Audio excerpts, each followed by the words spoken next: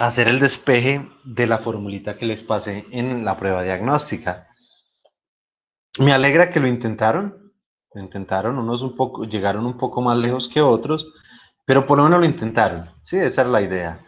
De pronto ahí los concepticos, había unas cosas que yo veía como tan raras que realmente no habían ni qué habían hecho, otros con un poco más de idea llegaron bastante lejos. Entonces, quiero, antes de empezar con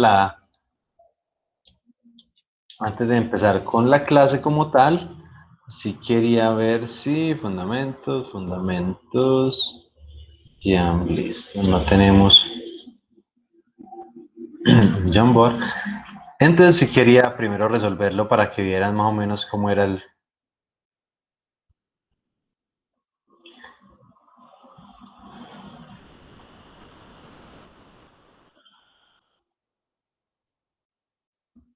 Listo, entonces voy a abrir la prueba diagnóstica para saber bien cómo era la ecuacióncita.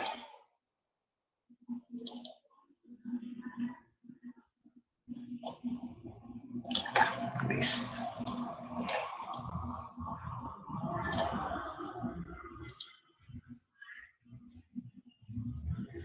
Bueno, yo creo que la ven, muchos sentirán un mareo. Listo, tenemos esa, esa ecuacióncita, ¿sí? Lo que yo les pedía despejar era esa P que se llama Rho. ¿Cuál era el primer paso que creían que se debía hacer?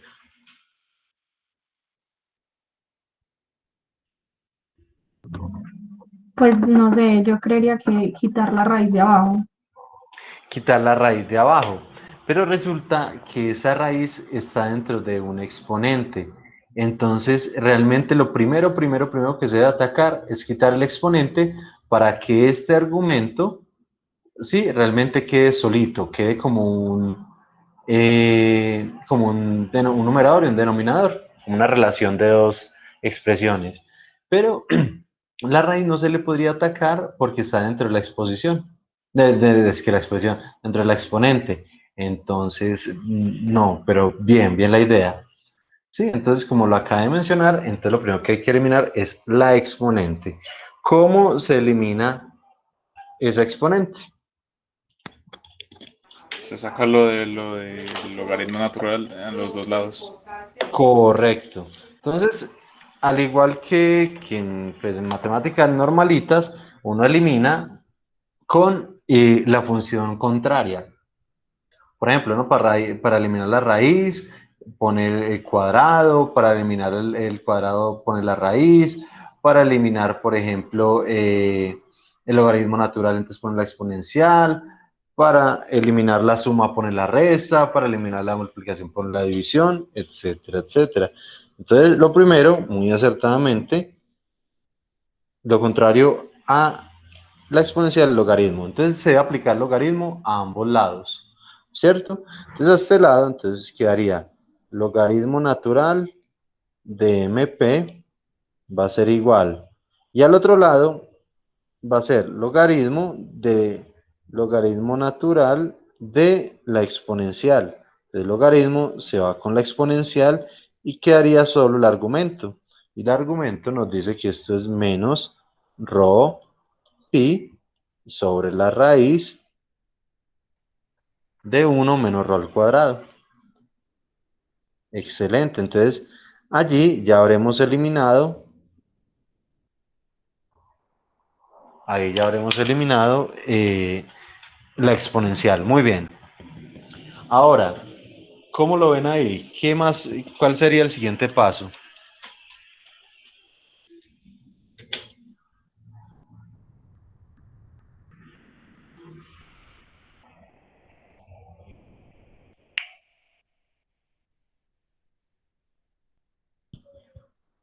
¿No hay siguiente paso? Preguntémosle así al número 5. Vamos a ver quién es el 5. Uno, dos, tres, cuatro, cinco. Don Oscar, ¿qué paso seguiría ahí?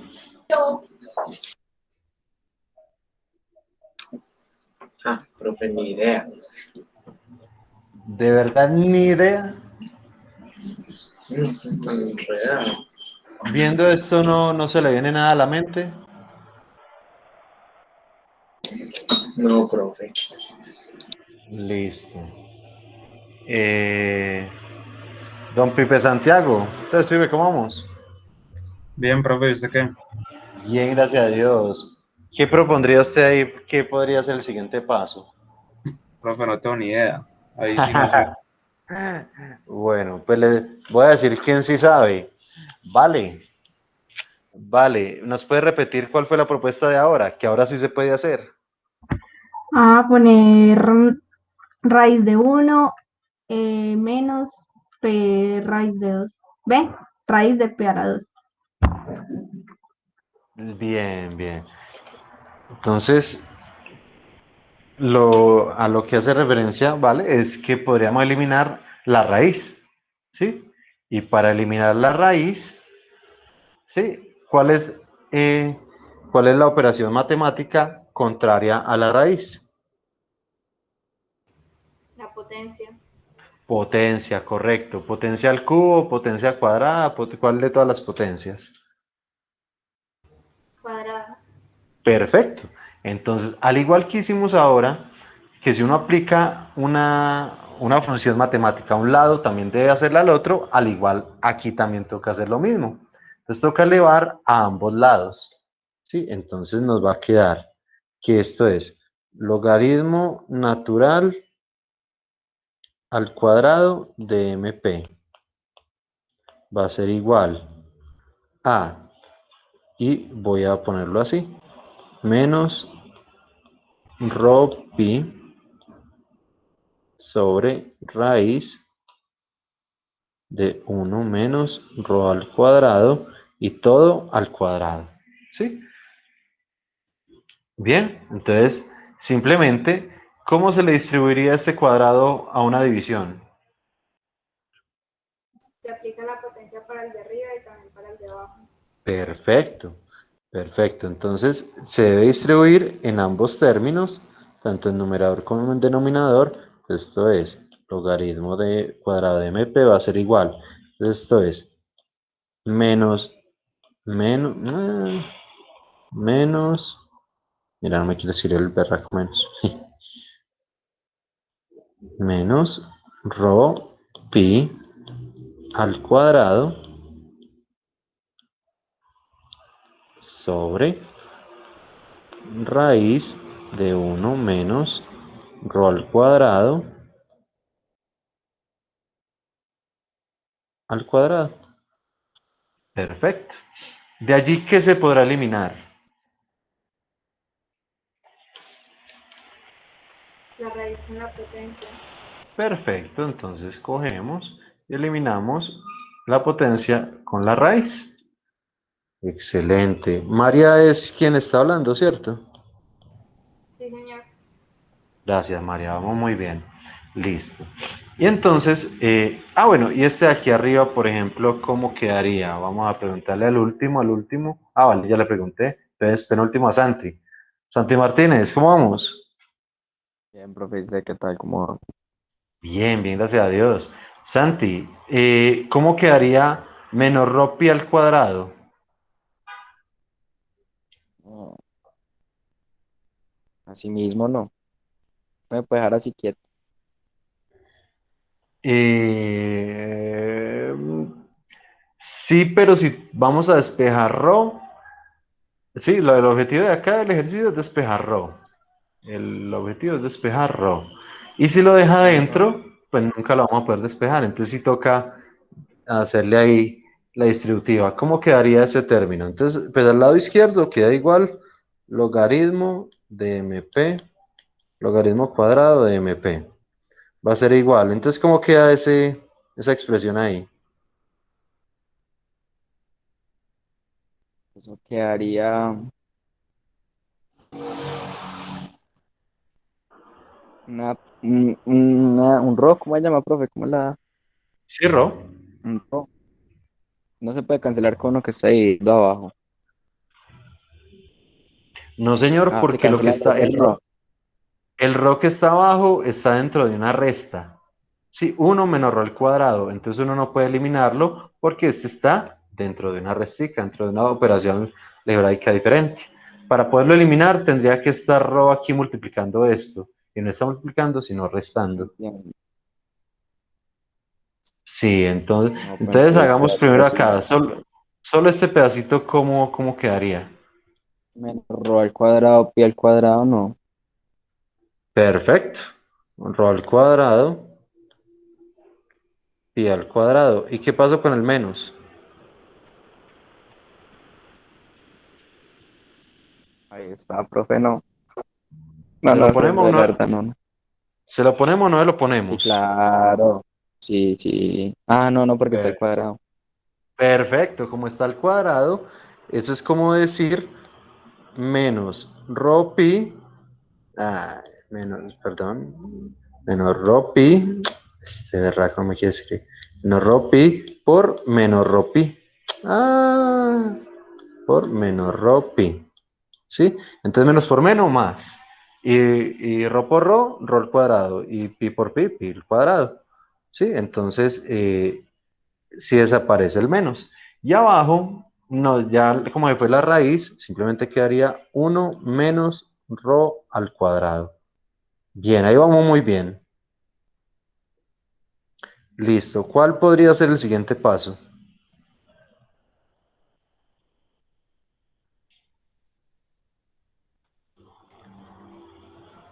Preguntémosle, por ejemplo, a Juancho Fuentes. Don Juan, ¿cómo vamos?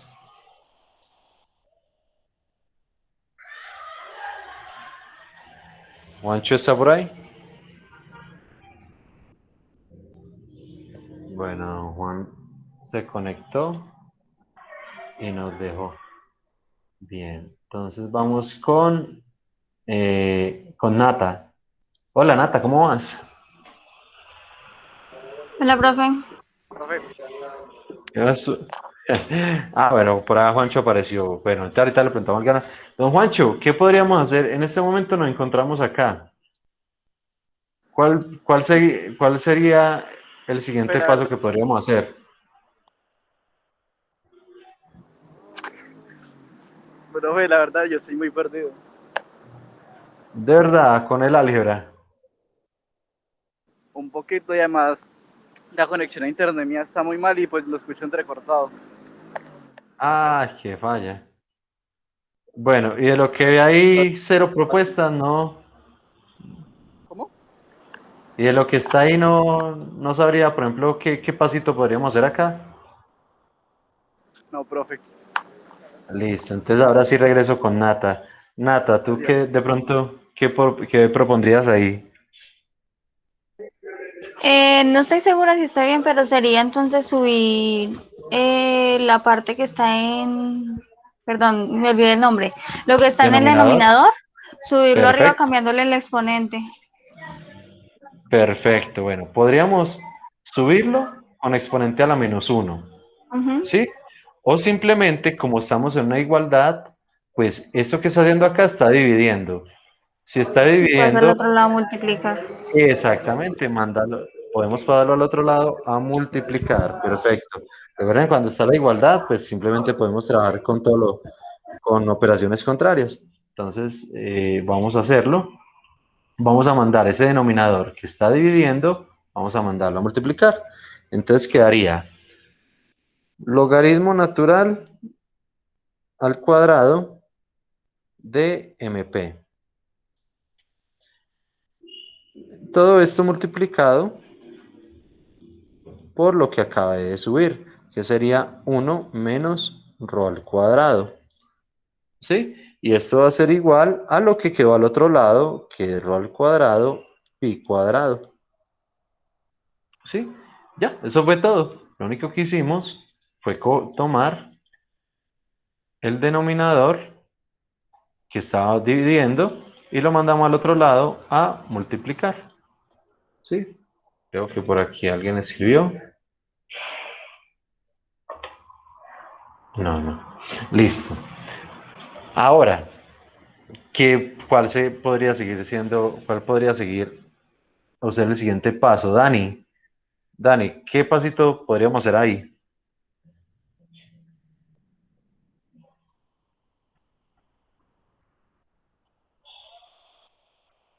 Pero la Bueno, verdad no sé. listo. Entonces Dani pasa, entonces vamos con don Esteban. Esteban, ¿cómo vamos? Yo, profe, viene usted. Bien, bien. ¿Qué propone? ¿Qué podríamos hacer ahí?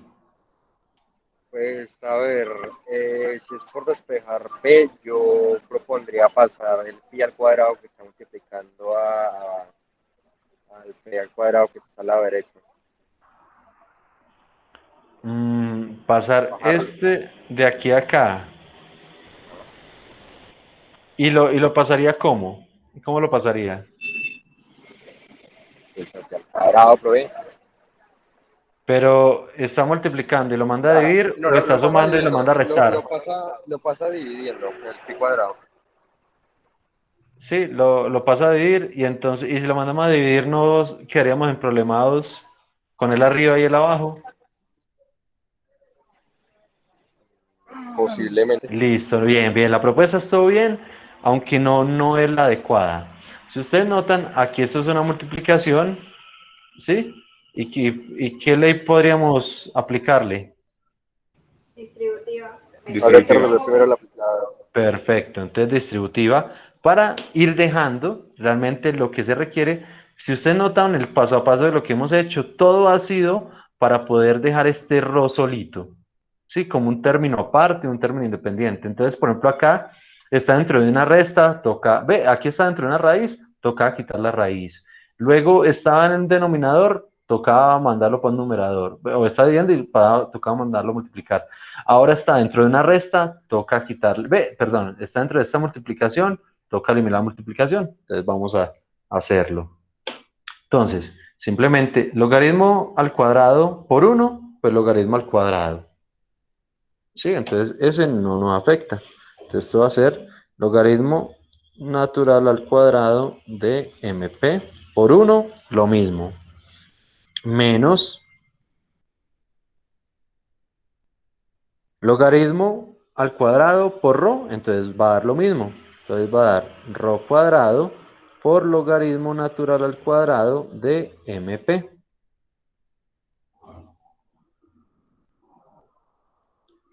Y eso va a ser igual a rho al cuadrado, pi al cuadrado. ¿Sí? ¿Se notan? Lo único que hice ve la distributiva.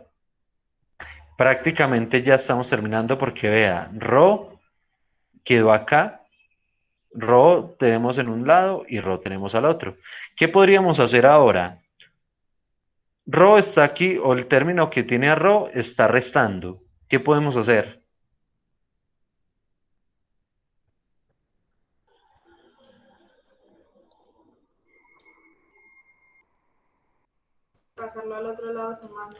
Pasarlo al otro lado a sumar para sacar finalmente factor común. ¿Sí? Entonces acá nos quedaría. Voy a cambiarle inclusive de color para... Entonces va a ser logaritmo natural al cuadrado de MP va a ser igual a rho cuadrado, pi cuadrado. Está restando, pasa al otro lado a sumar. Entonces, ay, qué problema porque esto me escriba. Bueno, muchachos, yo limpio un poquito la pantalla. Entonces, rho al cuadrado, pi cuadrado, más, y todo lo que está al otro lado pasa al logaritmo natural de MP.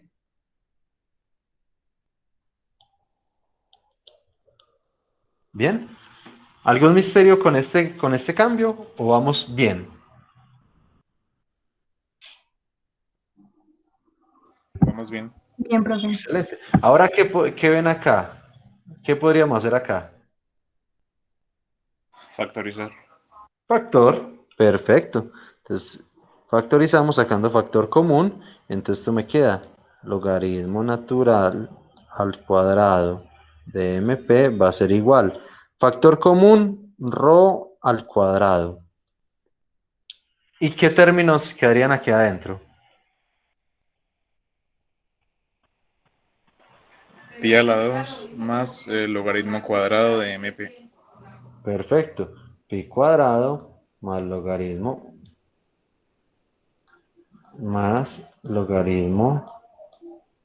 cuadrado de MP.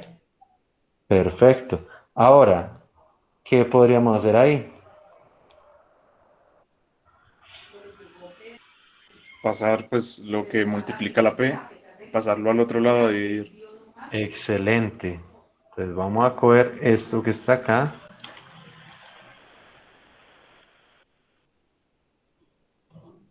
Y todo lo que está multiplicando pasa al otro lado a dividir. Entonces tenemos que logaritmo cuadrado de MP, todo lo que está multiplicando allá pasa aquí a dividir, entonces esto queda pi cuadrado más logaritmo cuadrado de MP va a ser igual a rho al cuadrado. Entonces,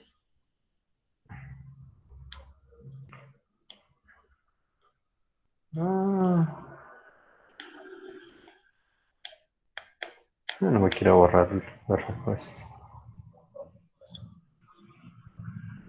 Bueno, igual a rho al cuadrado. ¿Sí? Y ya, casi lo tenemos. ¿Qué nos faltaría acá? Sacar raíz a ambos lados. Perfecto, como nos están pidiendo rho solito y aquí rho está al cuadrado, entonces toca hacer la función inversa. Al cuadrado sería la raíz, entonces muy acertadamente hay que sacar raíz a ambos lados.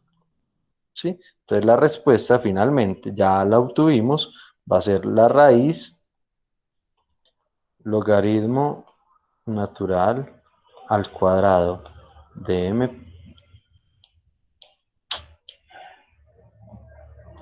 MP sobre pi cuadrado más logaritmo natural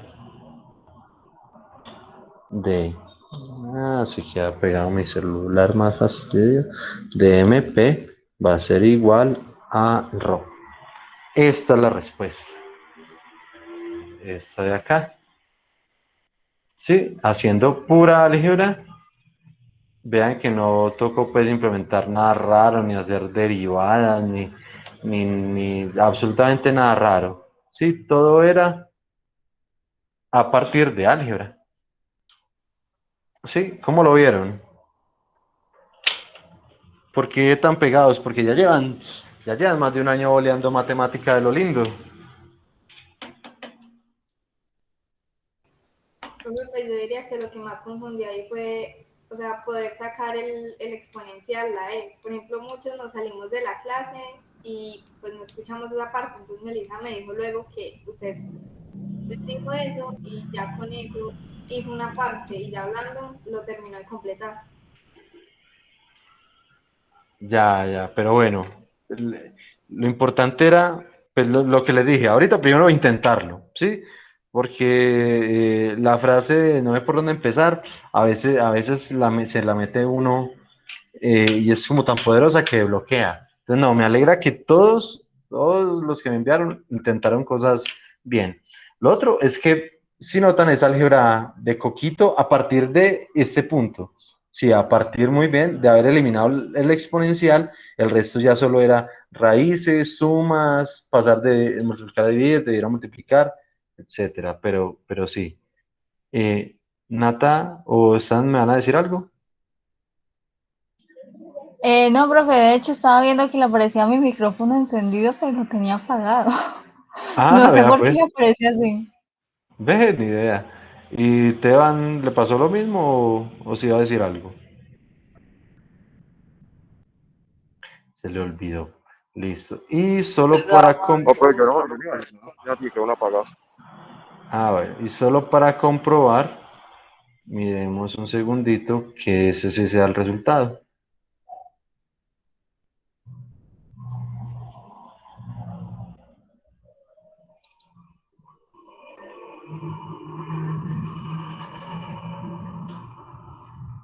Y tenemos, véalo acá, Rho es la raíz del logaritmo al cuadrado de MP. Véalo acá. Uy, ¿qué se me hizo?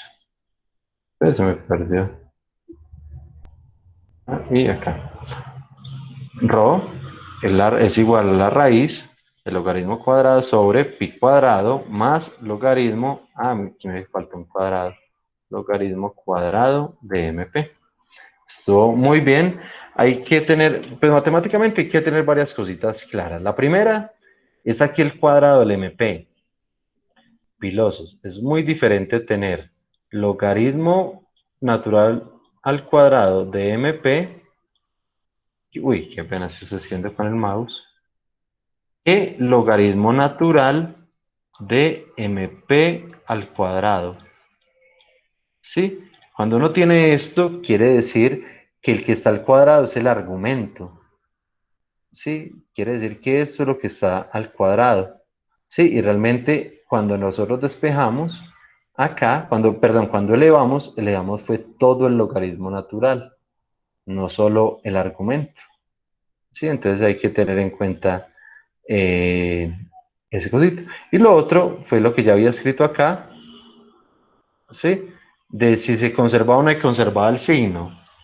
Claro que se eliminaba porque era toda la expresión, ¿vea? Toda la expresión la que se está elevando al cuadrado, incluyendo el signo. Muy diferente si de alguna forma nos hubiera quedado así, menos rho pi y esto al cuadrado.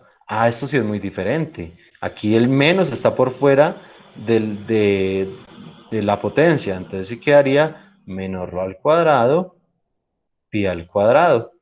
Pero es que resulta que nosotros elevamos fue todo. Entonces, por eso es que el menos está implícito ahí. Y menos por menos, más. Bueno, muchachos, que era que si quería resolverlo, no dejarlo así como tan, tan al aire y más al mérito de los que lo rayaron y hubo personas que avanzaron mucho.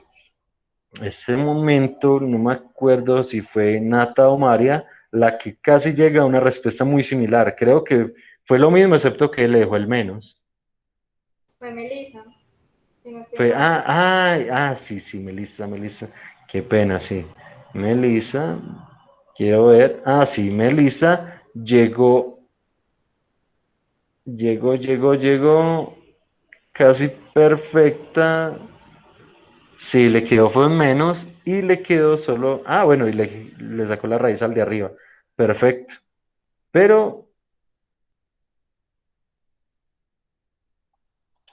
allí había también. Tuvo dos problemitas. De resto llegó casi a la misma respuesta. Entonces, Melissa, sí, felicitaciones. Yo sé, ya le escribí porque fue la persona que más lejos llegó. Entonces, muy bien. ¿Dudas? Pues realmente no es que fuera un ejercicio aparte, sino que era pues como parte de lo que se requiere. Hasta en este momento, ustedes ya deben ser un poco más versados en lo que es álgebra, ¿sí? Y más que álgebra, ya metiendo pues con los temas de cálculo, si les colocaba una derivada o algo, una derivada parcial, en fin, yo creo que ya deben estar en capacidad de poder resolverla sin mayores dificultades. Usted en este momento están en cálculo integral ya, ¿cierto? Sí, profe.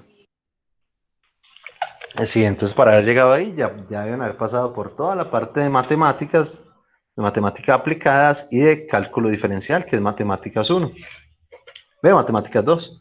Y entonces, pues no, bien. De todas formas, ahí de a poquito van despegando. Perfecto, ahora sí podemos iniciar con nuestra clase de semiconductores, electrónica análoga, introducción. Bueno, muchachos, entonces, como ya lo había comentado la semana pasada, pues nosotros sí debemos tener unos conceptos preliminares, digamos, muy bien, saber qué es la corriente, qué es el voltaje, qué es la ley de Ohm, cómo es la ley de Kirchhoff, cómo se resuelven resistencia en paralelo, en serie, cómo son los divisores tanto de corriente como de voltaje, saber más o menos todos estos conceptos, tenerlos claros y tener en cuenta que todos esos circuitos eran netamente resistivos. Y que en este momento nosotros ya no solo vamos a trabajar con circuitos resistivos, sino con dispositivos que trabajan a partir de semiconductores. Sí, entonces lo que vamos a ver hoy. Esta era la misma definición de la vez pasada, sí, simplemente tomé esa diapositiva porque, digamos, es muy buena introducción, ¿sí? Recuerden, la electrónica análoga, área de la ciencia que trata de los fenómenos físicos que tienen lugar al producirse el movimiento de las partículas cargadas en el vacío, los gases y los semiconductores. Nosotros ya les había también dicho que lo que vamos a trabajar es netamente con los semiconductores, ¿sí? Ni el vacío ni los gases. Entonces lo que vamos a estudiar es el fenómeno que se produce cuando se mueven las partículas en los semiconductores, sometidos a la acción de campos eléctricos y magnéticos. Realmente vamos a analizar qué ocurre cuando están en campos eléctricos, ante voltaje, ante la diferencia de potencial que ocurre con esas partículas en los semiconductores. ¿Sí? Entonces, todo lo que tenemos hoy en día realmente está basado en la teoría o cómo se mueve el electrón en las moléculas o átomos de los semiconductores como el silicio, el germanio y demás. ¿Sí? De allí, de ese electrón es que aparece toda la parte de la electrónica, la ingeniería electrónica y los desarrollos electrónicos como tal. Muy rápidamente, y tranquilos que la historia, yo nunca voy a preguntar por historia en un parcial ni nada, ¿sí? Pero pues es bueno tenerlo. Digamos que todo lo que se había trabajado previo al desarrollo del transistor eran los tubos de vacío y unas tecnologías bastante electromecánicas que hasta el momento habían funcionado muy bien. Sin embargo, no fue sino hasta 1948 cuando en los laboratorios de Bell, que era una empresa de telefonía, desarrollaron en su laboratorio el primer transistor. Y ese primer transistor, que lo vemos aquí en pantalla y que ahora está en uno de los museos americanos, ¿sí? Era de germanio. En este momento, digamos que hay dos semiconductores muy comerciales, que son el silicio y el germanio. Sin embargo, el germanio es un poco más inestable, más costoso de extraer y más poquito. Pero en su momento, pues fue un desarrollo impresionante, ya que alcanzó a partir de este transistor a obtener una ganancia de voltaje de 100. Es decir, a partir de milivoltios, sí, obtener voltios, pues amplificar de una manera tan impresionante, amplificar 100 veces lo que es la energía eléctrica, eso fue un desarrollo impresionante. Y no solo eso, sino que podían controlarla, podían variar ese número a partir de lo que inducían en la base. ¿Sí? Entonces fue un descubrimiento impresionante, lo que permitió también desarrollar parte de lo que ellos estaban trabajando en frecuencias de audio para los sistemas de comunicaciones cableadas, es decir, para los teléfonos antiguos. ¿Sí? Tanto fue el descubrimiento que en 1956 ganan el premio Nobel. Este transistor, cuando se empieza a comercializar, tenía un costo de $10. No parece tan costoso para un gran descubrimiento. Ustedes saben que a veces sale algo nuevo y por ser nuevo, pues le ponen el precio que quieran. Realmente era tan sencillo fabricarlo, sí, que el costo fue muy pequeño. Entonces acá tenemos, digamos, el primer desarrollo. Y a partir de ese transistor, realmente empieza un desarrollo tecnológico en el hombre impresionante que permite llegar a los dispositivos electrónicos actuales. este coso tan feo, este alambre ahí volteado, como con una base de diferentes grafitos o granitos, desarrolla todo lo que en este momento tenemos en nuestras manos a diario, lo que vemos en televisores, equipos, computadores, celulares, etcétera. De allí, a partir de este desarrollo, empieza a haber una muy buena evolución. Tenemos, por ejemplo, en 1958 el primer circuito integrado.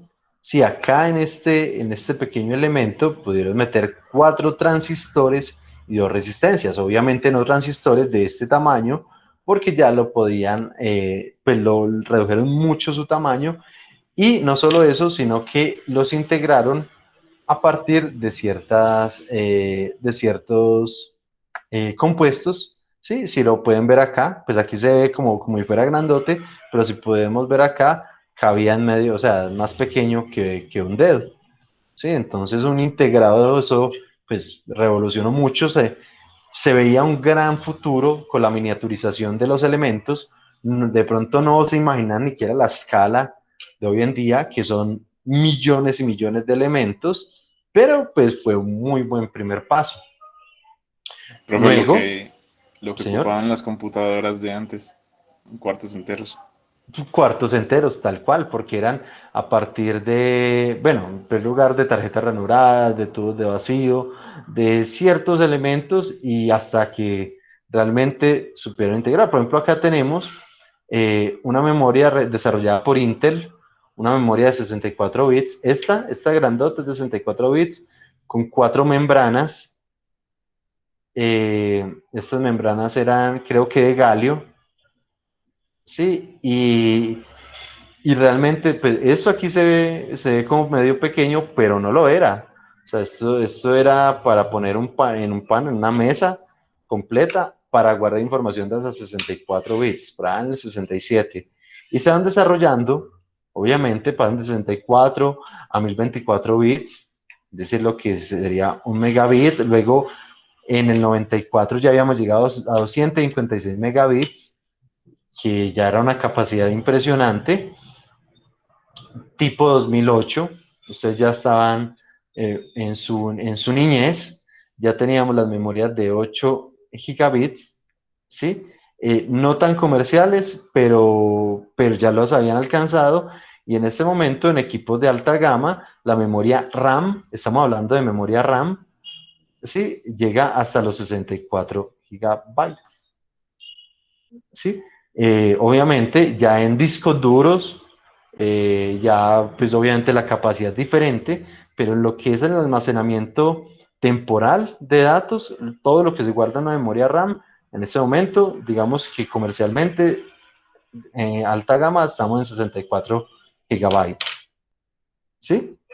Pues nuestros computadores, por ejemplo el mío es de 12, pues se lo puede ampliar de 8 a 12, porque no permitía más, porque es esa RAM integrada. Pero pues con 12 funciona muy bien. Ahora, pues un equipo de estas cualidades, pues muy bueno, realmente.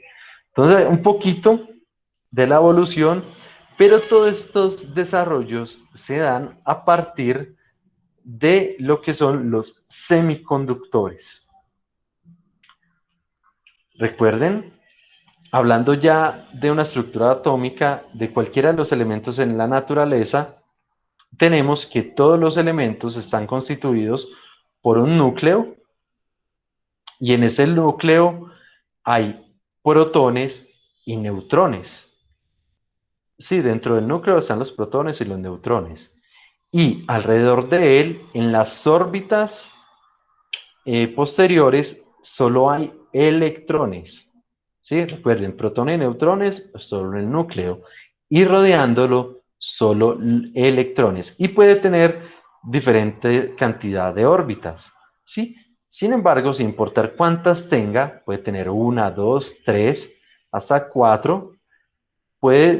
La última son los electrones más importantes, que son los electrones de valencia, porque están en la banda de valencia, ¿sí? Y esos electrones son los que los átomos pueden ceder, o en los que los átomos se pueden integrar. De otros átomos vecinitos pueden ir tomando entre ellos e irse prestando átomos.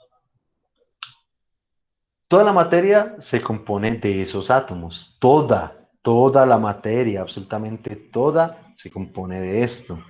Y los átomos se componen de electrones, protones y neutrones.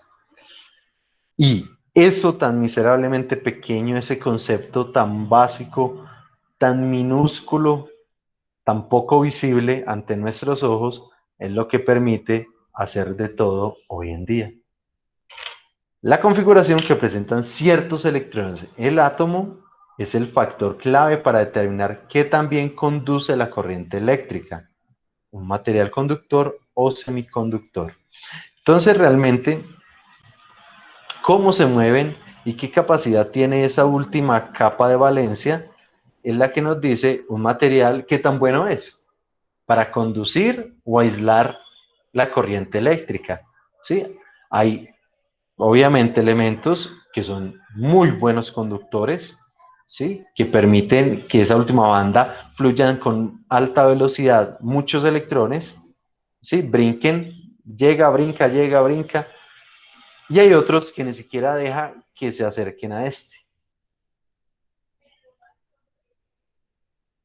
Entonces, por ejemplo, aquí tenemos, bueno, empezando, la cantidad de electrones, ¿sí?, que tiene un átomo no lo da la tabla periódica. No crean, todos los elementos son diferentes, tienen diferente cantidad de electrones. Si nosotros nos vamos, por ejemplo, a la tabla periódica,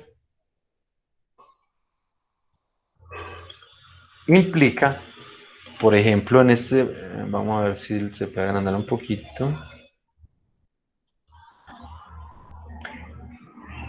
El número asignado no fue al azar ni fue aleatorio.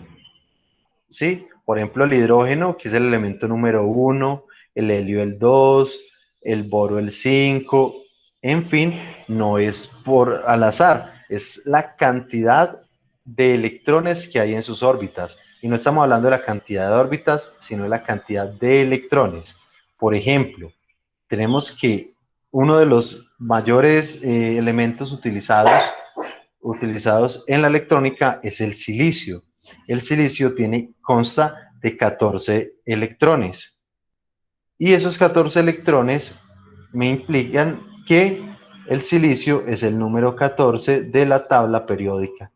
Por ejemplo, el germanio tiene 32 electrones, ¿sí? Entonces el germanio es el número 32 en la tabla periódica. Los electrones en la órbita más alejada del núcleo, ¿sí?, pueden tener varias órbitas y en cada órbita habrá una cantidad de electrones. Pero entre más alejados en la última capita, están dotados de más energía y se encuentran menos estrechamente ligados al átomo. Como están tan alejados, realmente el átomo, digamos, no tiene tanta interacción ni tanto, ¿cómo se dice?, tanto magnetismo, tanta atracción hacia esta última capa, ¿sí? Pues porque es la más alejada y entonces fácilmente se puede ser donado. La capa más alejada se conoce como la capa de valencia y sus electrones se conocen como electrones de valencia. Teniendo en cuenta que los electrones son las cargas negativas, los protones, las cargas positivas, y los neutrones, como su nombre lo indica, tienen carga neutra, entonces no es ni positivo ni negativo. Y estos electrones de valencia, solo los de la última capa, nada que ver con los de adentro, solo los de la última capa, son quienes intervienen en las reacciones químicas y las corrientes eléctricas. Única y exclusivamente los electrones de la capa de valencia o electrones de valencia. Hay, dependiendo de esto, diferentes tipos de material. Hay materiales conductores, ¿sí?, que pueden tener, por ejemplo, un único electrón en la banda de valencia, por ejemplo, acá en esta imagen. Este, que es el número 47, Vamos a ver cuál es el número 47. Claro que sé qué imagen tan mala la que tomé. Si alguien de pronto tiene a la mano, vamos a ver. Vale, porque está tan... Vamos a ver el número 47. La plata. La plata solo tiene un electrón. La plata solo tiene un electrón. Este 47 es la plata, solo tiene un electrón en su capa de valencia. ¿Qué implica eso? Que es un conductor excelente, excelente, al igual que el cobre, que el aluminio y que el oro. ¿Sí? Los cuatro son los conductores ideales. ¿Qué implica esto? Que como solo tiene un electroncito, en la última capa, por la ley del octeto química, puede tener hasta 8 electrones para entrar en su estabilidad molecular. Entonces, ¿cuántos espacios tiene este para que pasen los otros electrones? Tiene 7 espacios, o sea, tiene almacenamiento para 7. Entonces pueden pasar 7 electrones por allí de manera directa. Entonces nada se les opone. ¿Sí? Tiene 7 espacios, pueden pasar 7 electrones en un instante de tiempo. ¿Sí? Entonces, claro, como pueden pasar 7 por cualquier pedacito, es un conductor ideal. Están los semiconductores, por ejemplo, que tienen 4 electrones en la banda de valencia. Es decir, que puede perder o ganar 4 electrones, como el silicio y el germanio, que son los dos más utilizados en electrónica. Entonces, si tenemos 4 acá, ¿cuántos espaciecitos tenemos? Ah, solo 4. Ah, bueno, pues entonces el elemento realmente va a poder permitir el paso de 4 electrones, pero de una manera pues más lenta, pues ya no pueden pasar 7 directos, sino solo 4. ¿Sí? Entonces, esos semiconductores acá, digamos, tienen un poquito más de lentitud para pasar por ese átomo. Y están los aislantes de 5 a 8 electrones en la banda de valencia que protegen de choques eléctricos y realmente no permiten el paso de electrones. Por ejemplo, el que tenga 8. El que tenga 8 ya cumple la ley del octeto. Es decir, que no permite que pase un solo electroncito por él. ¿Qué quiere decir eso? Ya no conduce absolutamente ningún electrón, no existe energía eléctrica o corriente eléctrica. Cada vez que se mueven los electrones por allí, ustedes saben que la corriente es el flujo de carga, ¿sí? Es la cantidad de carga por unidad de tiempo, es cuánta carga va a pasar. Y pues si no se puede pasar ni una sola carga, ni un solo electroncito, pues no hay corriente eléctrica. Entonces, ¿quiénes son los aislantes? Elementos comunes como el vidrio, la porcelana, la madera, ¿sí? Hablando pues de elementos. Si nos ponemos, ahorita vemos ya eh, materiales como tal, pero entonces, ¿estos qué tienen? ¿Cuál es la característica principal? ¿Cómo sabe uno, digamos, que son conductores, o qué tan buenos conductores son, o qué tan buenos aislantes, o qué semiconductor es? ¿Sí? Pues resulta que hay algo que se llama la conductividad. Y la conductividad, obviamente, es todo lo contrario a la resistividad, que también podría ser uno de las características que podemos ver para saber si es conductor o aislante. Nos dice, un material conductor tiene una gran cantidad de electrones libres, permitiendo el flujo de electrones entre sus átomos. Ahí es donde produce la electricidad, realmente la corriente eléctrica, cuando se mueven los átomos. Sí, bueno, cuando se mueven los electrones, mejor dicho. Por ejemplo, el cobre es un elemento ideal para las corrientes, porque fuera de que es muy buen conductor, es de los más económicos, entre comillas. Sí, es más económico que los demás. Si ustedes vieron, el aluminio, el oro y la plata son también excelentes conductores. Pero pues, ¿cuánto vale un kilo de cobre y cuánto vale un kilo de oro? Pues son valores totalmente desproporcionados. Entonces el cobre es buen conductor y pues es mucho más económico. Mientras que el aislante es todo lo contrario, por lo cual se dice que no conduce electricidad. ¿Por qué? Porque no hay espacio para que los electrones entren en esos átomos, ¿sí? O si mucho, habrá un huequito donde se pueda meter el electrón y realmente pasará una pequeña cantidad de energía que realmente no es suficiente para hacer nada ni para sentirlo siquiera, ¿sí? Tenemos acá diferentes elementos respecto a su conductividad. Como ya se había dicho, la plata, el cobre, el aluminio, el oro, el grafito son excelentes conductores, puesto que su conductividad está alrededor de 6, bueno, está en un promedio de 3.5 por 10 a la 5, que es un número muy grande, quiere decir una conductividad muy grande, es un gran conductor. Mientras que los semiconductores, ¿sí? Están alrededor de una décima parte, ¿sí? Pesos por 10 a la 5 son millones, ¿sí? Son millones, mientras que acá tenemos una décima parte por 10 a la menos 2, por ejemplo, del germanio o el silicio, que está alrededor de por 10 a la menos 6. Sí, son semiconductores, permiten una cantidad mediana de los electrones. Y ya los aisladores o aislantes, pues ya están en el orden, por ejemplo, el cuarzo, tiene una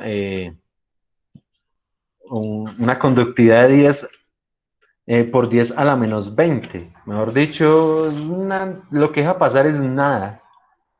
¿Sí? La baquelita, 10 por 10 a la menos 13. Entonces, son realmente valores de conductividad muy pequeños. Lo que implican es que no dejan conducir nada, no conducen absolutamente nada de la corriente eléctrica. ¿Sí? ¿Cómo vamos hasta ahí? ¿Preguntas? ¿Algo raro? ¿Algo que quieran saber? ¿Vamos bien? ¿Ya lo sabían? Todo claro, profe. Qué bien, qué bien. Y entonces nos metemos ya en el mundo que nos interesa.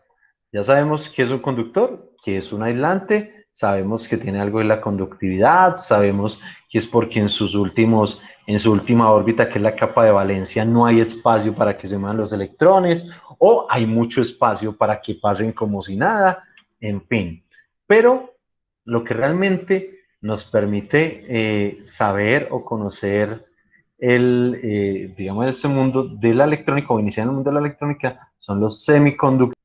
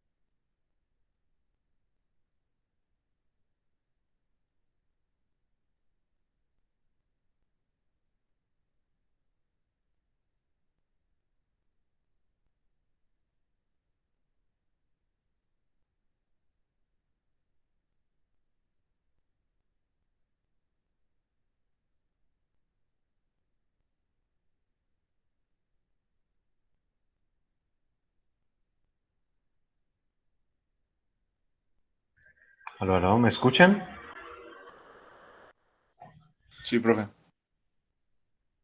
Qué pena, pero este equipo me tocó mandarlo a arreglar el fin de semana porque el el jueves demoró mucho en encender y el viernes ya no encendió. Pues yo lo desarmé, le limpié unas cositas, le hice mantenimiento, hice como lo más básico y no, muerto, muerto.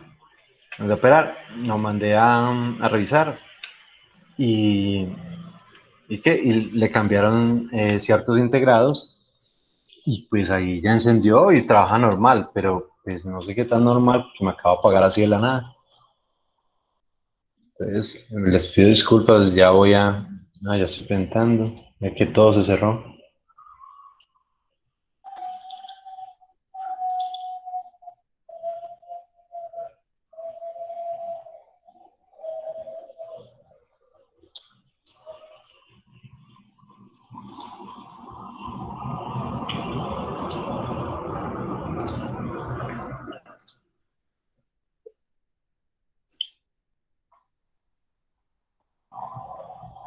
Les decía entonces que entonces ya lo que nos compete no son ni los conductores ni los aislantes, sino propiamente los semiconductores, que se define como el material que tiene las propiedades eléctricas de un conductor y de un aislante.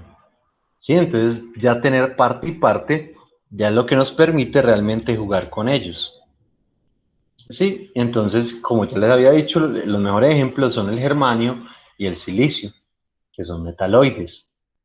El silicio, como tal, es el más utilizado en la actualidad para la fabricación de componentes electrónicos.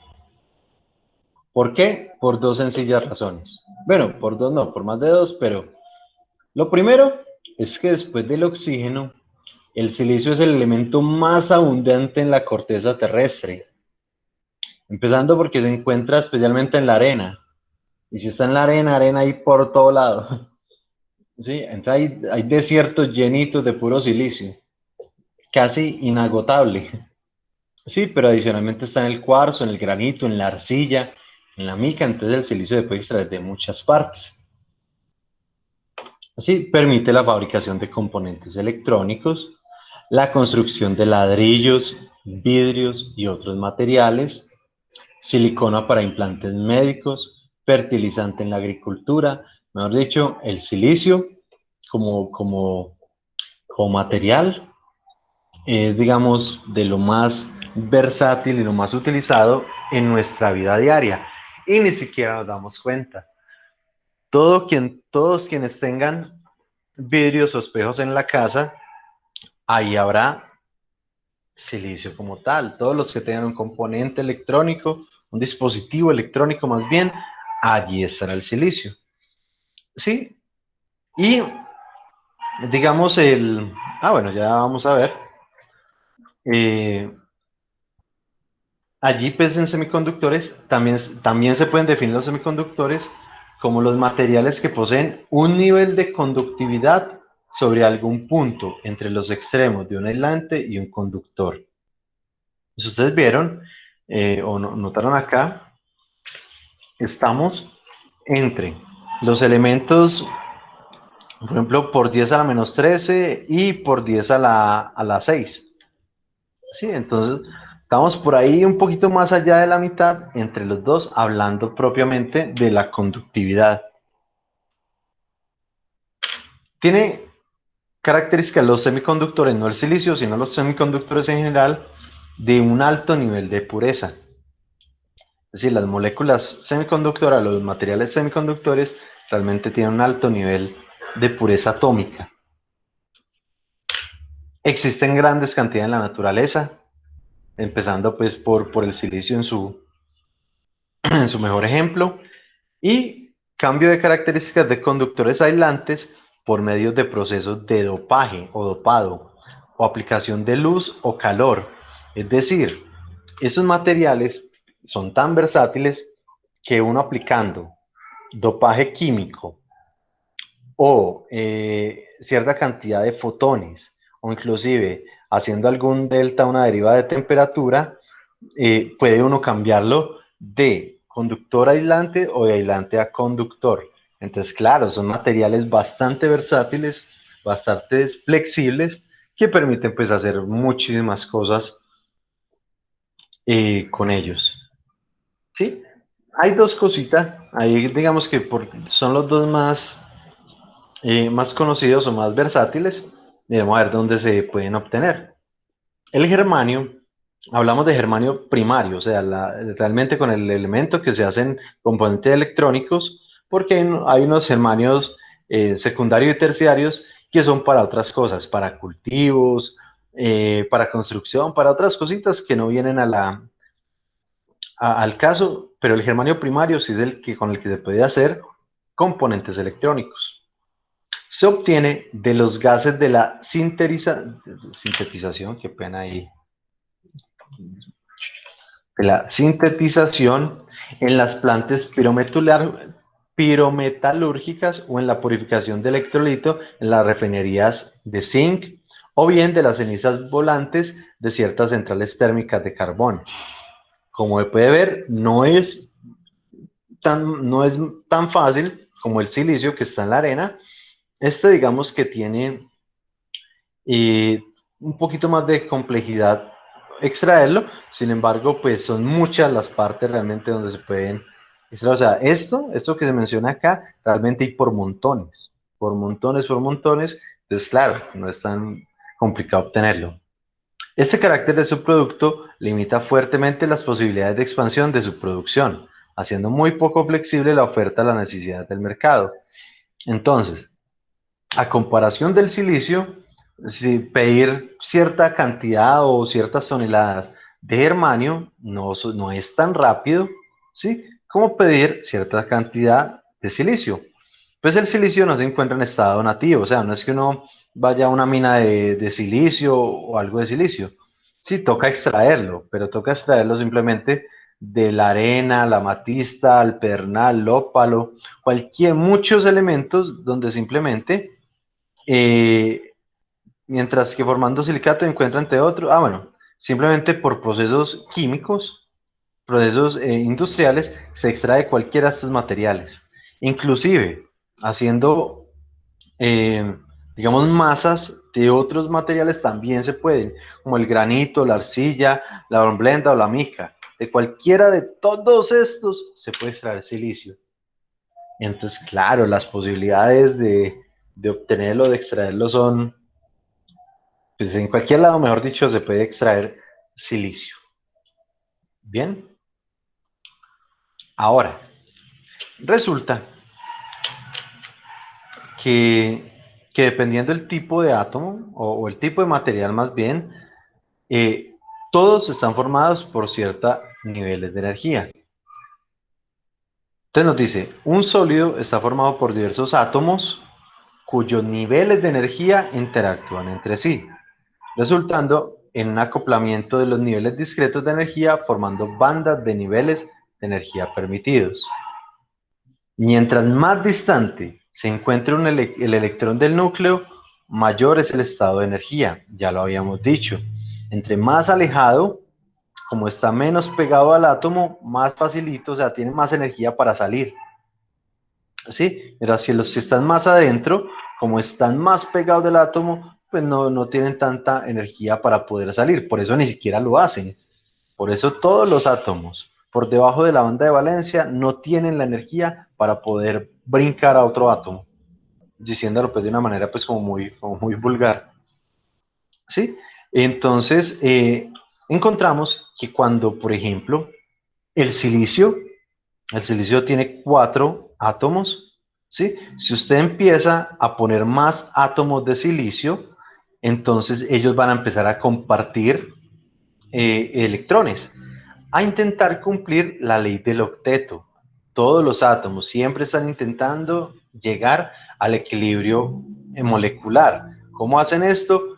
Haciendo la ley del octeto. Cuando un átomo tiene los 8 átomos en su banda de valencia, se puede decir que está químicamente estable. sí, que ha llegado a la perfección química, le dicen por ahí algunos. Pero cuando estos, por ejemplo, si yo uniera estos dos, este de silicio con este de germanio, este tiene 4 y este tiene 4, y empiezan a compartir. ¿Sí? Cuando empiezan a compartir y hacen el octeto, se dice que tienen una unión covalente. ¿Sí? Covalentes que están compartiendo átomos para cumplir la ley del octeto. Bueno, ya lo habíamos visto, digamos que aquí ya un poquito más explicadas las bandas. Tenemos la banda de valencia, donde los electrones no son móviles, no contribuyen a la conducción de corriente eléctrica. La banda de conducción es la banda ubicada sobre la banda de valencia, esa es la que ya permite brincar, se encuentra parcialmente llena, excitando con una pequeña cantidad de energía, se puede iniciar el desplazamiento de los electrones. ¿Sí? Entonces esta banda de conducción que está sobre la banda de valencia, es decir, los elementos que están sobre esa banda, son los que realmente se conducen. Y hay una banda prohibida, que es la que está ubicada entre la banda de conducción y la banda de valencia, que son niveles continuos de energía que no pueden ser ocupados por portadores de carga. Por eso, varias veces se hablan de los niveles discretos. Los niveles discretos es porque las órbitas son números enteros, o sea, hay 1, 2, 3. Y en el intermedio de en estos valores continuos, ahí no puede haber nada, ¿sí? No puede haber nada fuera de las órbitas. Entonces aquí no podemos encontrar un electrón a la mitad de una órbita, entre la mitad de una y otra órbita. Y tenemos acá, digamos, algunas características ya de los materiales. Por ejemplo, aquí, como la banda de valencia en el aislante, esta primera es aislante, vean que la banda de valencia está llenita. Como está llenita, pues no hay espacio para conducir. Entonces, por lo tanto, se habla de que la banda de conducción está vacía. Está vacía es que no tiene espacio para uno poder entrar. Mientras que la banda de valencia está llena. Como ya está llena de electrones, ya está totalmente ocupada, entonces está llenita. Gran cantidad de energía requerida para desplazar un electrón de la banda de valencia a la de conducción. Pues como está tan lleno, realmente para que un aislante medio sienta un poquito de energía eléctrica, no tiene que ponerle mucha energía pues para siquiera medio sentir que ahí hay algo. Sienta, hay que tenerle muchísima energía. ¿Sí? Por encima de los 5 electrovoltios. ¿Sí? Mientras que acá tenemos, por ejemplo, los conductores, voy a hablar de los conductores acá, las bandas de conducción y de valencia se solapan y existe un gran número de electrones en la banda de conducción a temperatura ambiente. Es decir, ya está listo, aquí sí hay espacios, sí hay muchos espacios en la banda de conducción para que empiecen a brincar o a pasarse los electrones de un átomo a otro, para que haya ese flujo de energía. Y por otro lado están los semiconductores, que existen electrones en la banda de conducción a temperatura ambiente. Existen electrones, no muchos, como lo vimos, pues si hablamos solo de un átomo, solo hay espacio para 4, pero pues hay espacio para esos, ¿sí? Y aquí puede ser, obviamente, voltajes mucho más pequeños para poder pasar entre ellos, ¿sí? Ahora, lo que les decía ahora, si nosotros a un átomo de silicio le ponemos otros al ladito, vamos como pegando átomos, lo que vamos a llegar es a tener una estructura tan grande que es lo que se llama una estructura cristalina. Cristalina es que muchos átomos de un mismo elemento están unidos entre sí. ¿Sí? Y no solo están unidos pues porque los se ponen al ladito, no, están unidos porque entre ya los átomos están pegaditos químicamente. Y entonces acá es lo que yo les digo, todos, si ustedes observan acá el central, es uno de silicio, es decir, que él solito tenía 4 electrones en su banda de conducción, ¿sí? Y otros elementos, otros de silicio, le prestaron unos cuantos. ¿Hasta qué? Hasta completar la ley del octeto. Sí, y como ya está en su estabilidad, desde la estructura cristalina, y como están compartiendo átomos, es lo que ya les había dicho, que son los enlaces covalentes. ¿Sí? Cuando comparten electrones. Y se vuelve tan poderosa esta estructura, que se le llama estructura cristalina, y finalmente se nos vuelve es un aislante. ¿Por qué? ¿Por qué si ponemos varios semiconductores se me vuelve un aislante? ¿Alguien de pronto observa ahí lo que pasa? ¿Por qué se nos convirtió en un aislante? Porque se empieza a cumplir la ley del octeto con todo ese tipo de... Excelente, ¿Fue quién me habló? ¿Melissa o María? ¿Aló, aló? María, profe. Ah, gracias, María. Correcto. Como ya cumple la ley del octeto, eso quiere decir que en su órbita de conducción ya están llenitos los electrones. Si ya están llenitos, pues no hay cabida para más. Y si no puede pasar por ahí ningún electrón, es porque no está fluyendo. O sea, no fluye energía eléctrica y se nos convirtió en un aislante. Sí, entonces pura pregunta de parcial. ¿Por qué cuando se hacen los enlaces covalentes de silicio no? Porque ya no hay espacio para que pasen más electrones, porque ya se cumplió la ley del octeto. ¿Sí? Así de sencillo. Sí, sí se comprende ese concepto. No es tan complicado, pero sí se nota, sí se ve el concepto como tal. Sí, profe. Excelente. Listo. Ahora, resulta que cuando hay muchos, mejor dicho, cuando uno solo pone átomos del mismo material, a eso se le llama un material intrínseco. Y por ejemplo, en el caso del silicio y muchos otros semiconductores, como se cumplió la ley del octeto, no hay cabida para más electrones, se nos convirtió fue en un aislante, en equilibrio, ¿sí? Porque hay formas de excitarlo y de cambiarlo, pero digamos que en equilibrio, o sea, sin el solito, sí, es un aislante, como ya lo vimos, ¿sí? Estos son cristales en estado puro. Todos los átomos son igualitos, son del mismo material. No tienen nada raro, no tienen ningún otro material ahí implícito. ¿Sí? Eso se le llaman los materiales intrínsecos. Mientras que hay otros que son los que realmente se usan en electrónica, son los materiales extrínsecos. ¿Qué son?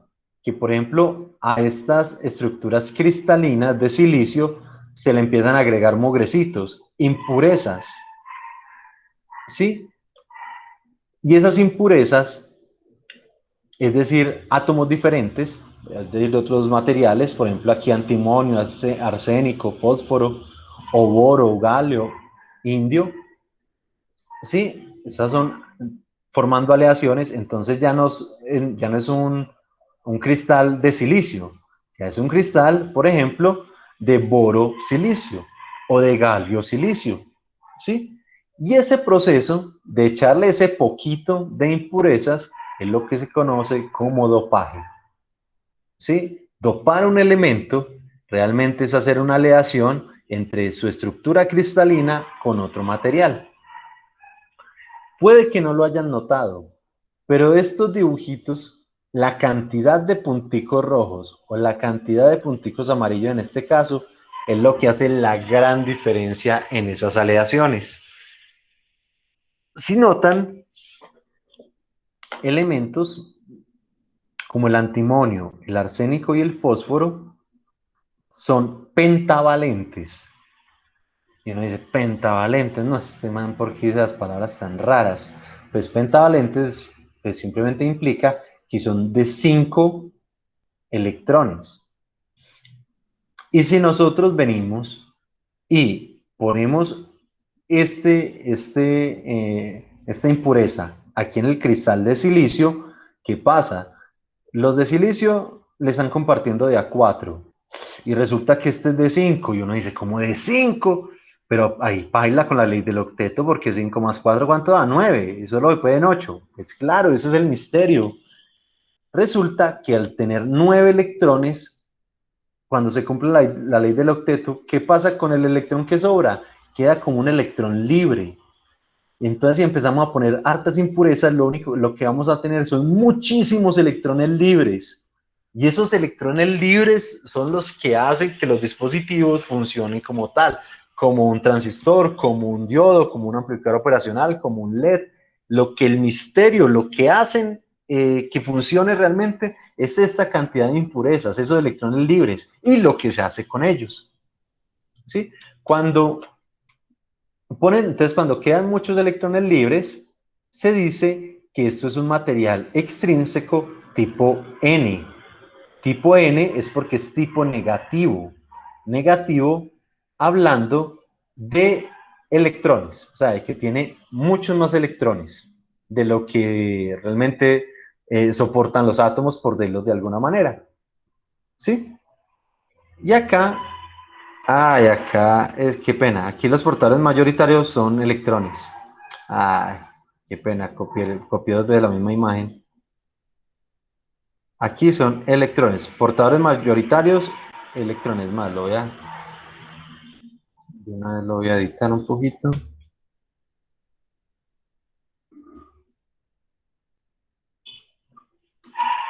Eh,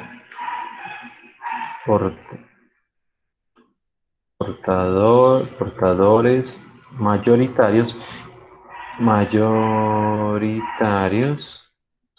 son los electrones. Electrones, es decir, carga negativa.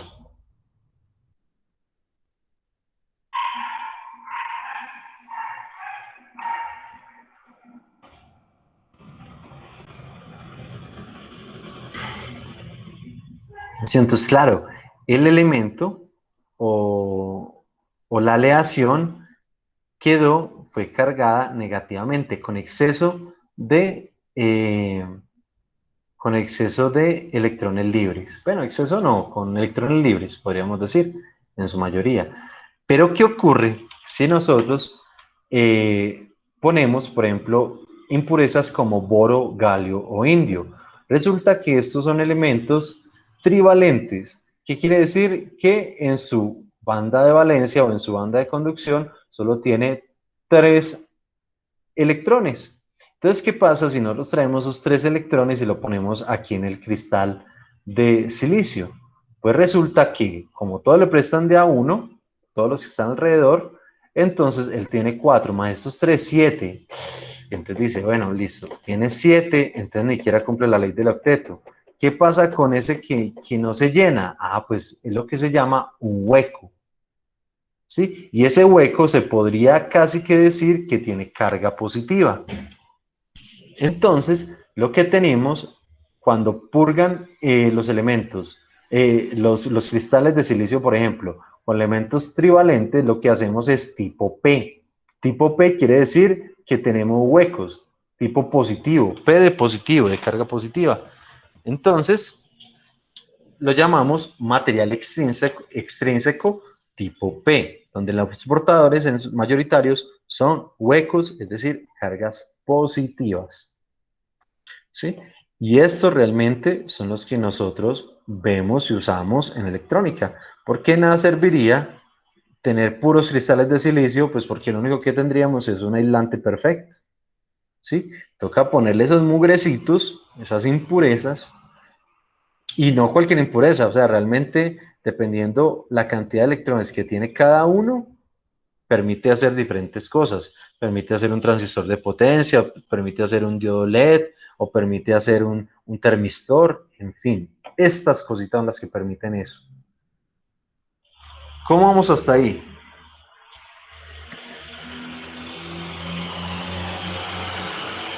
Bien, profe. Excelente. ¿Entendido el cuento del dopaje de las impurezas?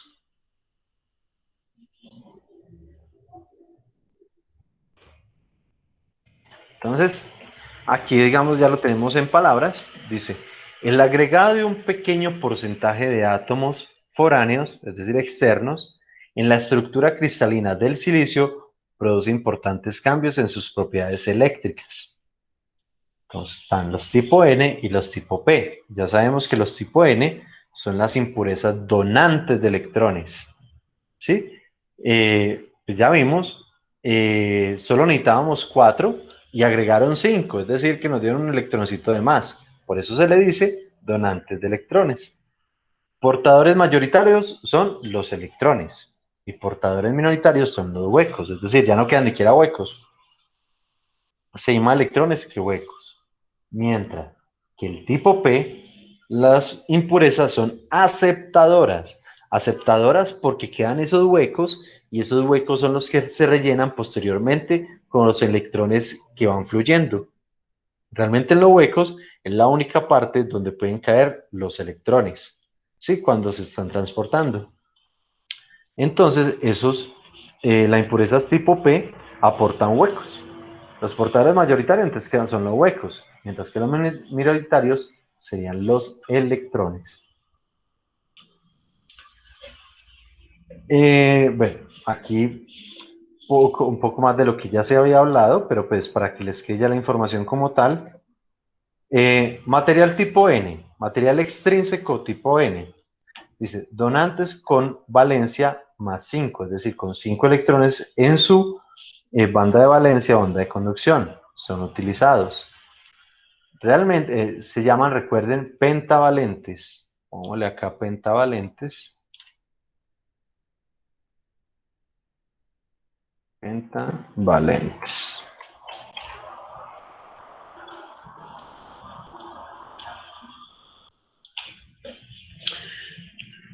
Entonces nos dice, 4 electrones de la banda de valencia forman enlaces covalentes con los átomos vecinos de silicio, casi como si fuera otro de silicio. Sin embargo, el electrón restante está débilmente ligado al átomo de impureza, actuando como un electrón libre. ¿Sí? Impurezas donadoras donan un electrón a la banda de conducción. ¿Cuáles son esos? Los genéricos son los fósforos, el arsénico o el antimonio. Ven, alguien está escribiendo por acá. Señor, Esteban se separó Daft Punk. ¿Qué? ¿Cómo así? Se separó el grupo de cantantes, no habían separado como 2000 años. ¿O de qué me están hablando?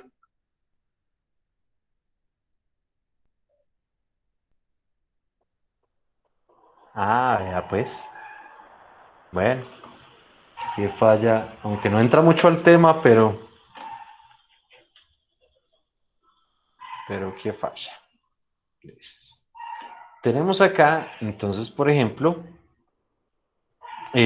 tenemos una molécula de antimonio en la estructura cristalina de silicio y como tenemos un electroncito libre, pues entonces aquí lo tenemos ya libre, un extra electrón en el nivel de energía de conducción. Y tipo P, entonces aquí vuelve y juega, dopantes con valencia más 3, es decir, trivalentes.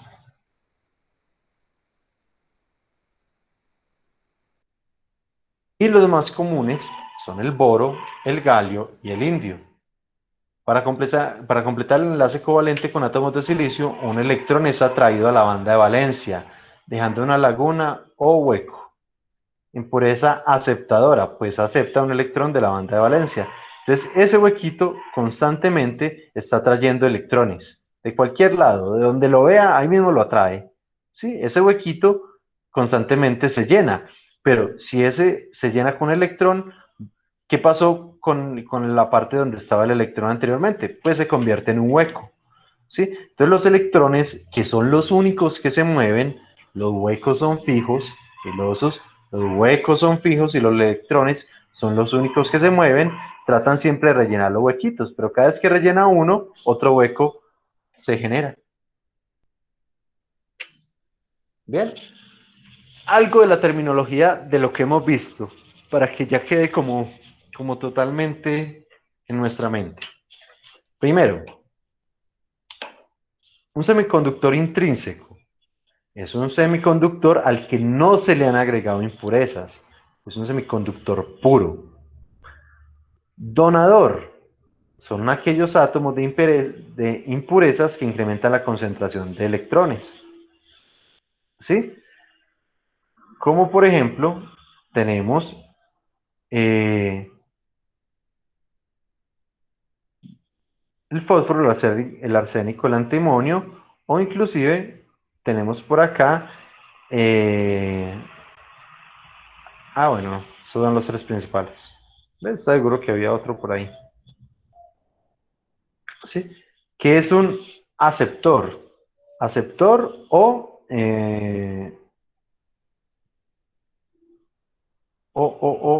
por acá, o aceptador. Claro que las dos son feas. Aceptor o aceptador, ambas me parecen feas. Pero simplemente son los átomos de impurezas que incrementan la concentración de lagunas o huecos. ¿Sí? De huecos o lagunas. ¿Sí? Más conocidos como huecos. Pero pues si ven lagunas en algún tipo de literatura, ya saben que están hablando de lo mismo. Portadores mayoritarios son los portadores más abundantes en un semiconductor. Por ejemplo, los electrones en material tipo N, recuerden, N es de negativo, porque los electrones son la carga negativa.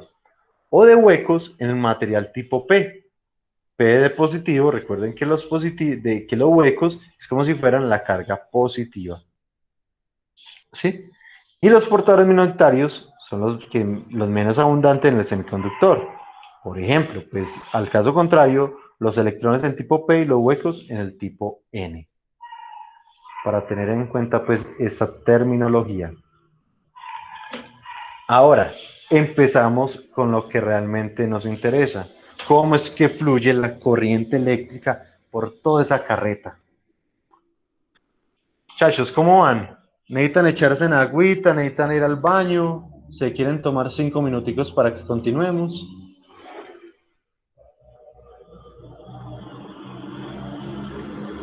Bien, profe.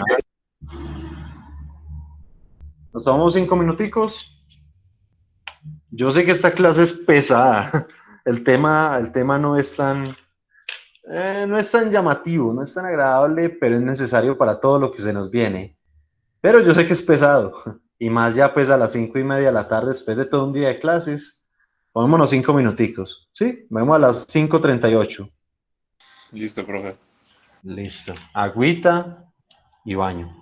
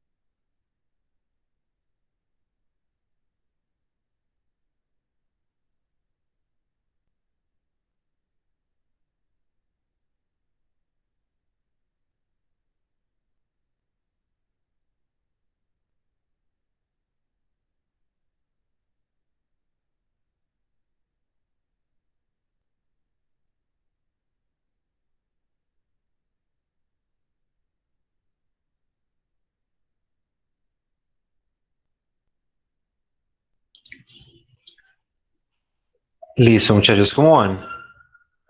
10 minutos para la separación de Daft Punk. Ay, qué dramatismo. No, no, pues tienen buenas, pero yo lo conozco como tres.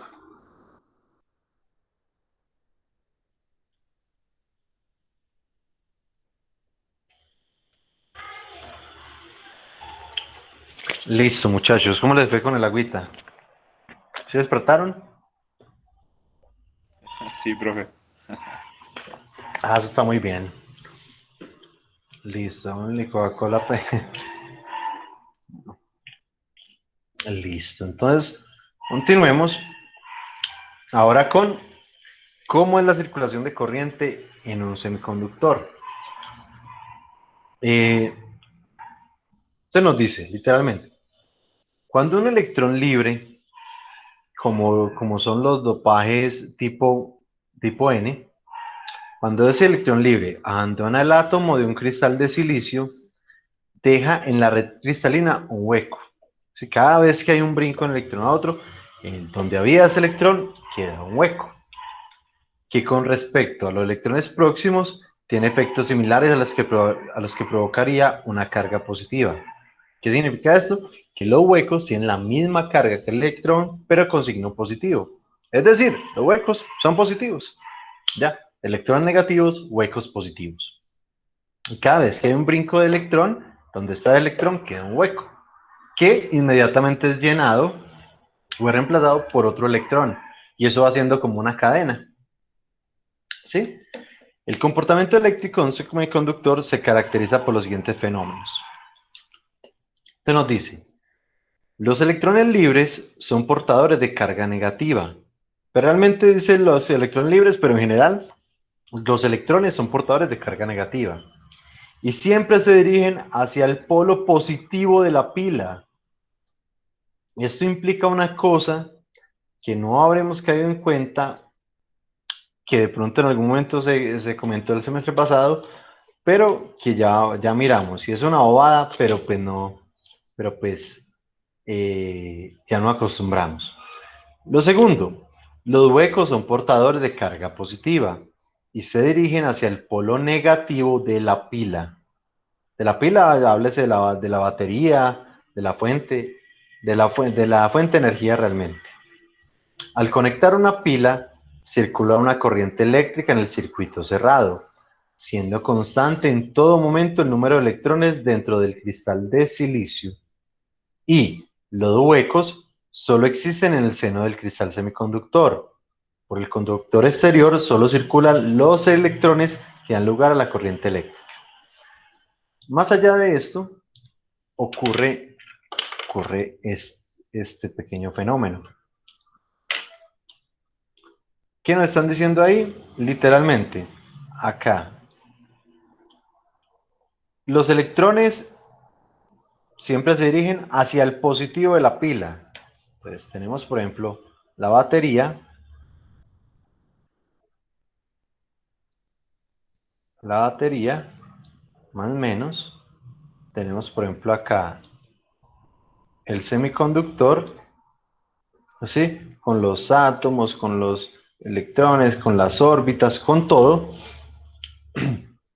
Y resulta, bueno, y obviamente esto es en lazo cerrado, esto es en red cerrada, y entonces nos dice que los electrones son atraídos por el polo positivo de la pila. Entonces, según esto, la corriente ¿va en qué sentido? Sale por negativo y entra por positivo. Uno dice, no, ¿qué pasó ahí? Si toda la vida, todo lo que hemos visto, todo lo que hicimos en circuitos, todo lo que hemos visto en todo lado, ¿sí? ¿Por dónde sale la corriente? Pues por el positivo de la fuente. ¿Qué pasó? ¿Por qué no lo van a cambiar a estas alturas? ¿Sí? Resulta que todo el desarrollo todo el desarrollo de la teoría de circuitos, de todo lo que se conoció durante mucho tiempo, se suponía que lo que se movían no eran los electrones, se suponía que lo que se movían eran los protones. Eso era lo que pensaban los científicos hace mucho y con eso se hizo toda la teoría, con eso se hicieron todas las técnicas de análisis, pensando que realmente lo que se movían eran los protones. Luego, cuando ya se pudo observar e investigar más detenidamente cómo era realmente el movimiento, se dieron cuenta de lo que se movían en las cargas negativas, es decir, los electrones, y que se movían en un sentido diferente. Y entonces, al caer en cuenta de esto, pues ni modo, dijeron, no, pues, ¿cómo vamos a empezar a cambiar todo lo que se ha desarrollado por este? Sabiendo que en magnitud, no afecta mucho, o sea, los resultados numéricos eran los mismos. Entonces dice, listo, bien, entonces vamos a seguir trabajando como siempre lo hemos hecho, y a esto se le llamó el sentido convencional de la corriente, el convencional. Y con eso se van a seguir haciendo todos los cálculos, con eso todas las nuevas generaciones van a aprender, convencional, van a aprender y todo. Pero deben tener en cuenta que la verdadera forma es de negativo hacia positivo. Y a esto le llamaremos el sentido real de la corriente. ¿Sí? Pues este descubrimiento, pues muy chévere y todo, pero no nos afecta en todo lo que llevamos hasta esta época. Entonces hay que tener en cuenta eso, sentido convencional, es decir, para nosotros siempre la corriente sale de positivo, ¿sí? Mientras que el sentido real antes entra por positivo.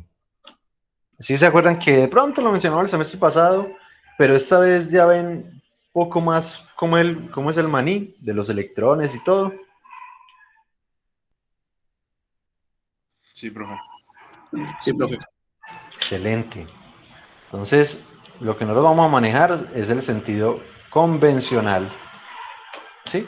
Y entonces acá tenemos la forma como se mueve la corriente. Inclusive acá tenemos supuestamente el sentido convencional, si nota está saliendo de la más grandecita, es decir, de positivo, ¿sí? Entonces supuestamente fluye por acá.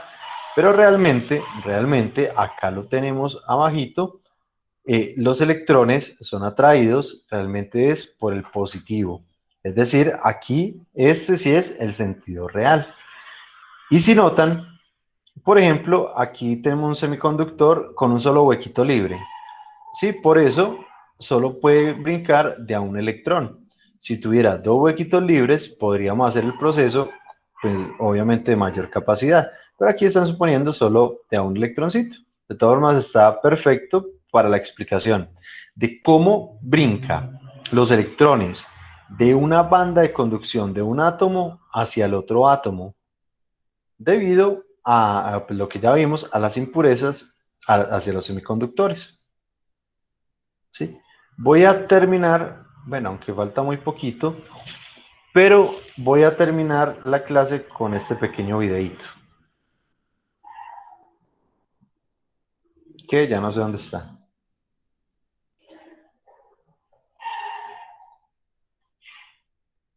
Acá. ¿Me confirman si tiene sonido?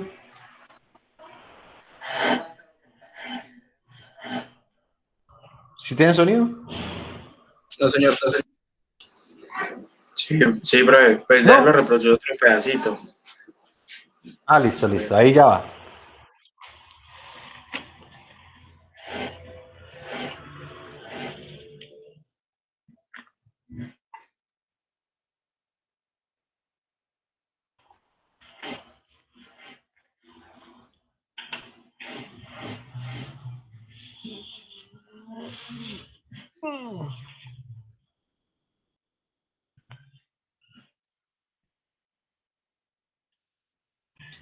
No, profe.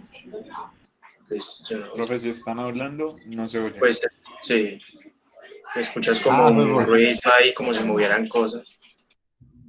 Mande el link. Listo, no, porque si quiero que todo lo hagamos, entonces voy a intentar hacer lo que siempre me han dicho, que es presentar, es que una pestaña, mejor para video y animación. ¿Qué pestaña? La de, que es un semiconductor. Supuestamente con esto que acabo de hacer, si van a escuchar. Si no escuchan, me dicen. La electrónica en menos de un siglo ha avanzado con tanta rapidez Sí, profe, ahí, gracias a perfecto. que encontramos Ah, unos perfecto. elementos que nosotros llamamos semiconductores. Con ellos hemos encontrado la combinación perfecta de un aislante y un conductor. Por esa razón, varios aparatos electrónicos en el mundo existen y funcionan. Los conductores y los aislantes Profe, por ¿puede cerrar su separados micrófono? son de mucha importancia, ya que un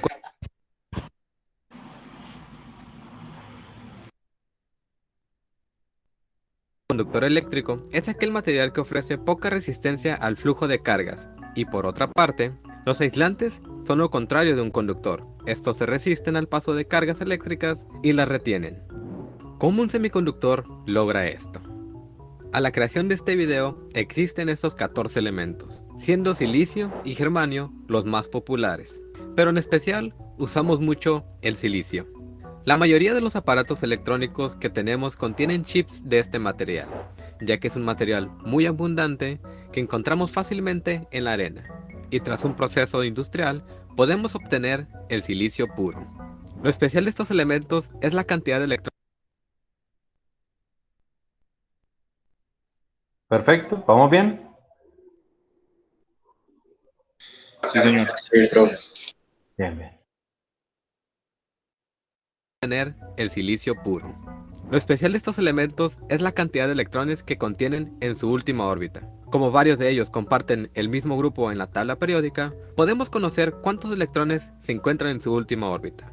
Por ejemplo, el cadmio tendrá 2, el aluminio tendrá 3, el silicio tendrá 4, el fósforo 5 y el selenio 6. ¿De qué nos sirve saber esto? Estos elementos por sí solos no son tan especiales. Para poder usarlos tenemos que formar parejas, y dependiendo de qué parejas formamos, estos podrán ser utilizados para hacer muchas cosas interesantes como LEDs, termistores, transistores y diodos, entre muchas otras cosas más.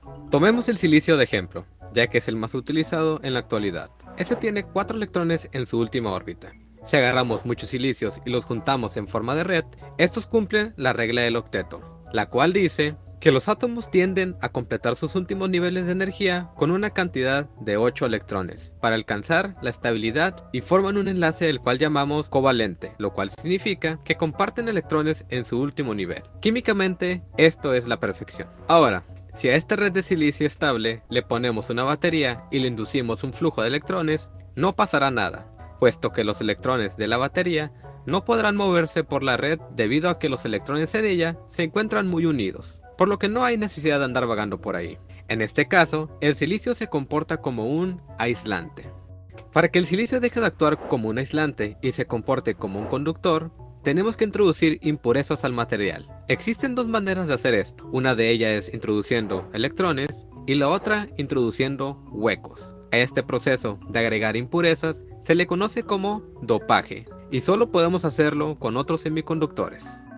Volviendo a la red de silicio, si a la red la dopamos con fósforo, el cual tiene 5 electrones, la red ahora tendrá enlaces de silicio-fósforo, y la regla del octeto se cumple.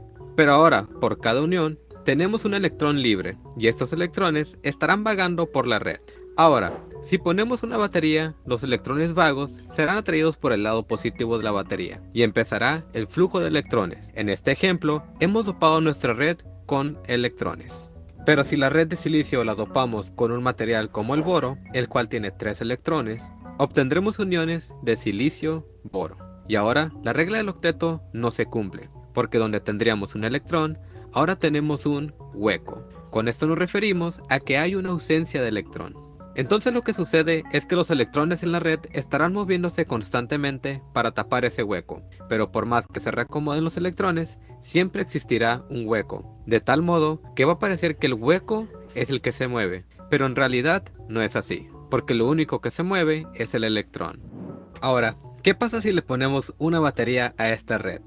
Bueno, los electrones seguirán siendo atraídos por el lado positivo, y a su vez, los electrones del lado negativo van a querer tapar los huecos, por lo que este movimiento hará posible el flujo de cargas. En este ejemplo, hemos dopado nuestra red con huecos. Cuando no dopamos nuestra red con ninguna impureza, se conoce como semiconductor intrínseco, el cual es un semiconductor puro y a temperatura ambiente se comporta como un aislante.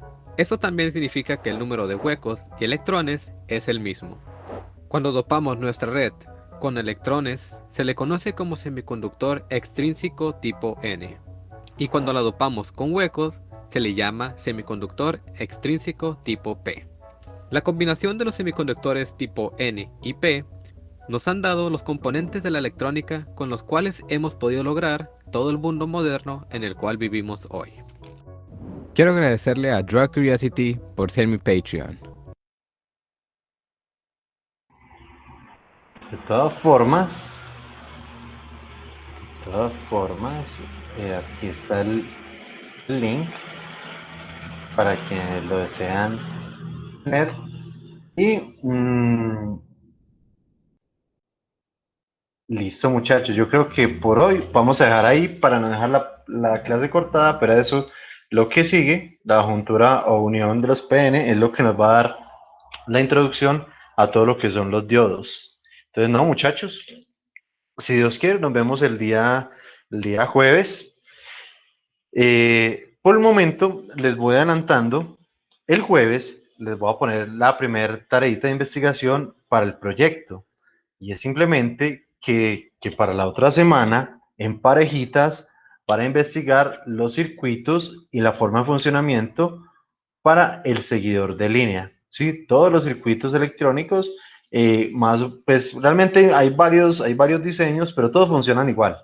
¿Sí? Todos tienen el mismo concepto. Entonces, para que, por si quieren empezarlo a hacer de una vez, ya saben, eso es averiguar los circuitos y la forma como funcionan la electrónica análoga para los carritos seguidores de línea. ¿Sí? Filosos, es con análoga, ni con digital ni programada, netamente con electrónica análoga. ¿Estamos? Listo, profe. Listo, profe. Muchas Listo, gracias. profe. Que esté bien. Gracias, que me cuidan. Buena semana. Hasta luego, profe. Nos vemos el jueves. Nos vemos, chao. Chao. Hasta luego. Hasta luego, que estén bien. Chao, chao.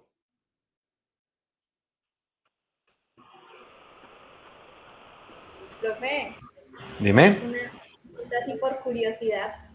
Sí, dime. Entonces, los semiconductores de tipo N, que son los que dejan un electrón libre, ¿cierto? Correcto. Serían más o menos lo que se utiliza para hacer, ¿cómo se llaman? Circuitos de potencia. Pues no sé, es como un análisis que hice por encima, pero pues es más que todo curiosidad. Pues realmente, no son ni tipo P ni tipo N los que se implementan finalmente, sino combinaciones de ellos. La unión, por ejemplo, para el diodo es PN, se requieren los dos para hacer el diodo. O por ejemplo, los transistores BJT, no sé si has escuchado, hay transistores NPN y PNP. Y es exactamente este elemento. Y ambos, por ejemplo, transistores de potencia son exactamente lo mismo, tienen los mismos tres, excepto que dejan conmutar de manera diferente si es NPN o PNP. Pero siguen siendo exactamente lo mismo. No es que haya uno para potencia y otros para baja potencia, no es de allí de donde sale eso, sino de la forma como se combinan. Y un material extrínseco, sea tipo P o tipo N, solito no hace nada realmente. Sí, realmente no hay un dispositivo electrónico que se haya hecho con un solo tipo, sí, sino la combinación de, por ejemplo, para el diodo son 2 y para el transistor son 3 materiales tipo N o tipo P. Ah, listo. Gracias. Sí, pero eso es lo que vamos a ir viendo. Listo. Listo, María, me cuidas. Chao. Chao, que estés bien.